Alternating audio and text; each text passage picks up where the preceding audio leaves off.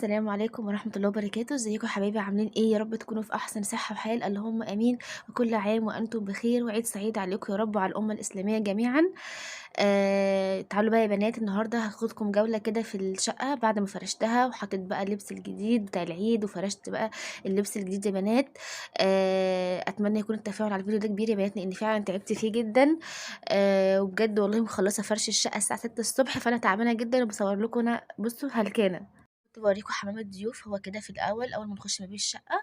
وبعدين بقى هنا يا بنات الريسبشن اهو. هنا كنت بقى يا بنات جايبه بديل السجاد ده جديد. حلو قوي يا بنات، انا حبيت ان انا اجدد كده وانوع فشلت السجاد. وجبت بقى بديل السجاد ده يا بنات اهو. لونه تحفه. من درجات الاوف وايت مع البيجات.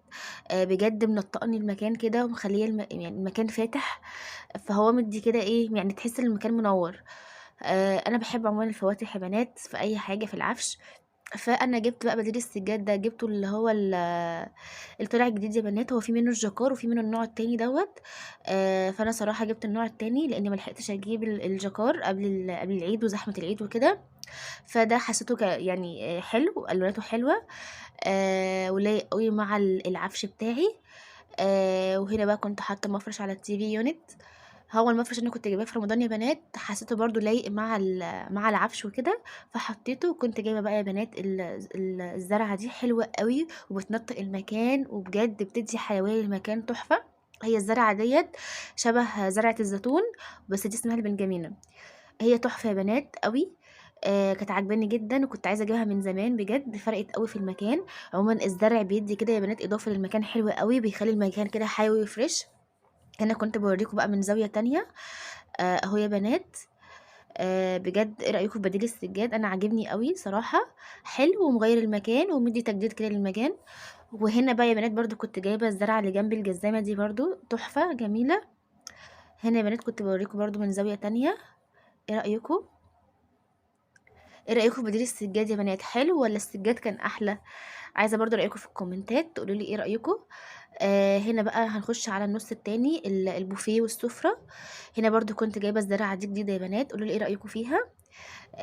حسيت ان هي تبقى لايقه كده في الجزء اللي هو جنب النيش.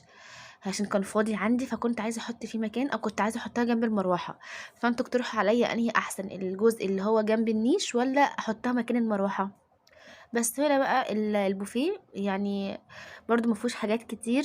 هو دوبك المفرش وحط عليه الشمعدان.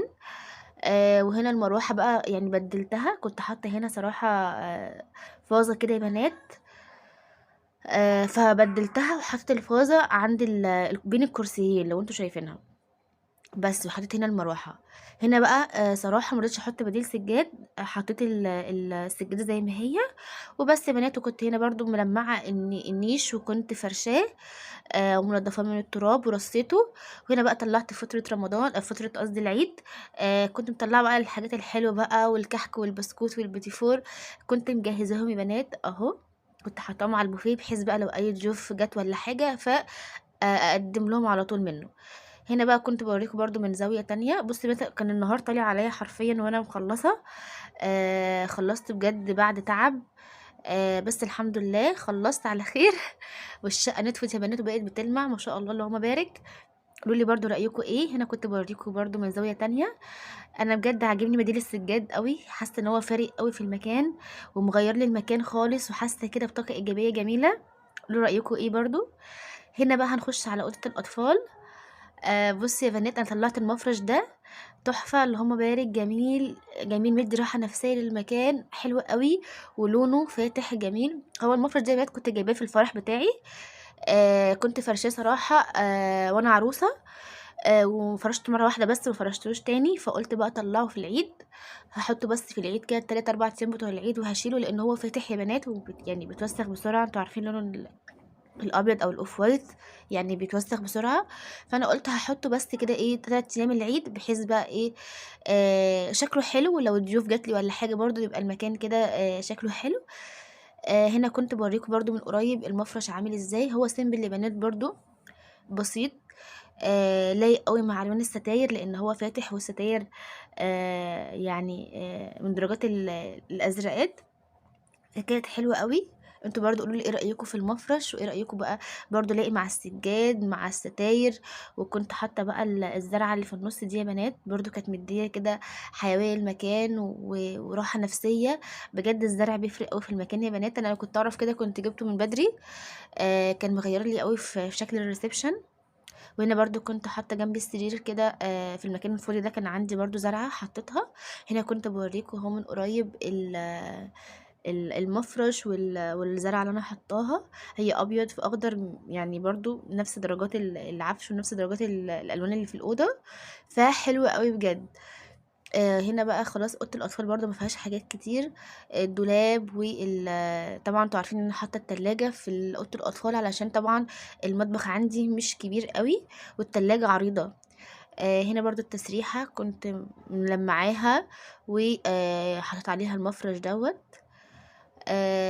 بس يا بنات كده بقى يكون اوضه الاطفال خلاص خلصت. هنخش بقى على اوضه النوم. شوفوا لي بقى حلاوه الالوان وحلاوه المفرش والروقان بتاع اوضه النوم والالوان المريحه. بجد اكتر حاجه عجباني المفرش بتاع اوضه النوم، لذيذ لذيذ بجد يا بنات. ايه رايكم؟ انا بجد عايزاكم تعلقوا لي على المفرش بتاع اوضه النوم، ايه رايكم؟ لان هو فعلا عاجبني بطريقه بجد سيمبل يا بنات، رقيق، شيك، تحفة قيم. هو يا بنات مفرش تركي. بصوا بقى يا بنات، هو كده يعني مطرز كده من على الجناب. التطريزة الخفيفة دي هي وردة كده، تمام. بصوا بقى يا بنات حلوة قوي بجد يا بنات، من احلى المفارش اللي جبتها، وقيم قوي وسيمبل قوي. وبصوا بصوا يا بنات عامل ازاي من على الاطراف بتاعته. عليها بجد النقشه ديت حلوه قوي. هي بنات من على انا بحاول اصورها لكم من جميع الجهات.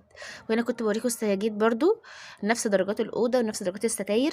انا في اوضه الاطفال وفي اوضه النوم جايبه ستاير شبه السجاجيد، وبحاول ان أنا افرش برضو الملايات او المفارش تبقى برضو واخده من نفس درجات الاوضه. هنا برضو ستاري يا بنات حاولت بقى ان انا كده المها. انا كنت بقى بقفلها يا بنات، يعني كنت بلمهم الاتنين على بعض وبقفلهم، لان طبعا البلكونه عندي بتاعت اوضه النوم بتدخلي شمس، فانا بلمهم على بعض علشان الشمس بقى الصبح وكده. بس انا كنت لماها علشان ايه؟ حاسه شكلها احلى. هنا بقى كنت حاطه مفرشين كده برضو على الكومود. كنت بفكر يا بنات اجيب اللي هو الاباجورات اللي هي طالعه جديده دي، كنت بفكر ان أنا اجيبها، او اجيب الاباجوره اللي هي التاتش عارفينها اللي هي مضيئه دي. لسه برضو بفكر اجيبهم. بس انا ما كنتش محتاجه ليد كتير، لان انا الاوضه بتاعتي يعني فيها ليد. التسريحه فيها ليد، والدولاب فيه ليد، والسرير فيه ليد، وكل حاجه، او حتى الكومود فيه ليد يا بنات. فانا ما كنتش عايزه اجيب الاباجورات المضيئه دي، لان انا حاسه مش هتضيف لي حاجه، بس هي شكل وخلاص. هنا بقى طبعا المطبخ. طبعًا لمّعت كل حاجة بقت في المطبخ، الcoffee corner، والمطبخ برضه بيتلمّع على طول. لإن الجزء اللي فوق ده برضه إزاز يا بنات، فلازم يتلمّع على طول، لإن بيلِم بقى تراب من الدهون وكده، والبخار اللي بيطلع من البوتاجاز، فطبعًا لازم يتلمّع. هنا كنت باوريكم برضه من فوق أهو. والنيش بقى يا بنات برضه لمّعته وطلّعت الحاجات اللي فيه وغسلتها ورصيتها تاني. الحمد لله كل حاجة كانت نضيفة في الشقة.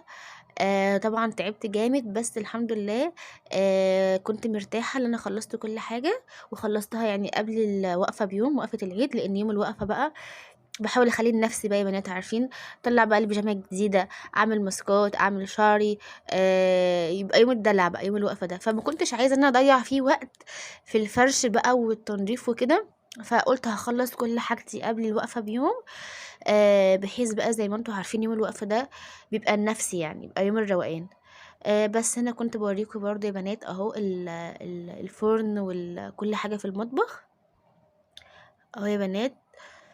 وكنت حاطة بقى كده على الرخامة الحاجات اللي أنا باستخدمها بس طلّعتها، والحاجات اللي باستخدمها بس طلّعتها، بحيث اللي هي تبقى قريبة من إيدي، والحاجات التانية طبعًا شِلتها في الunit بتاعتها يعني.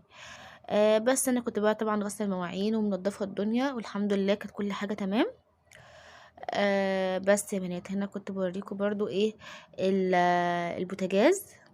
البوتاجاز يا بنات حلو أوي ما شاء الله، كذا بنت سألتني عليه ورديت عليها في الكومنتات. جميل يا بنات. كنت بافكر بقى يا بنات أجيب اللي هو عارفين الزرعة الشلال دي، كنت بافكر أجيبها أحطها في الجزء اللي هو فوق ال اسمه إيه، الكوفي كورنر، كنت عايزة اجيب له برضه شوية زرع كده بحيث ان هما ينطقوا المكان.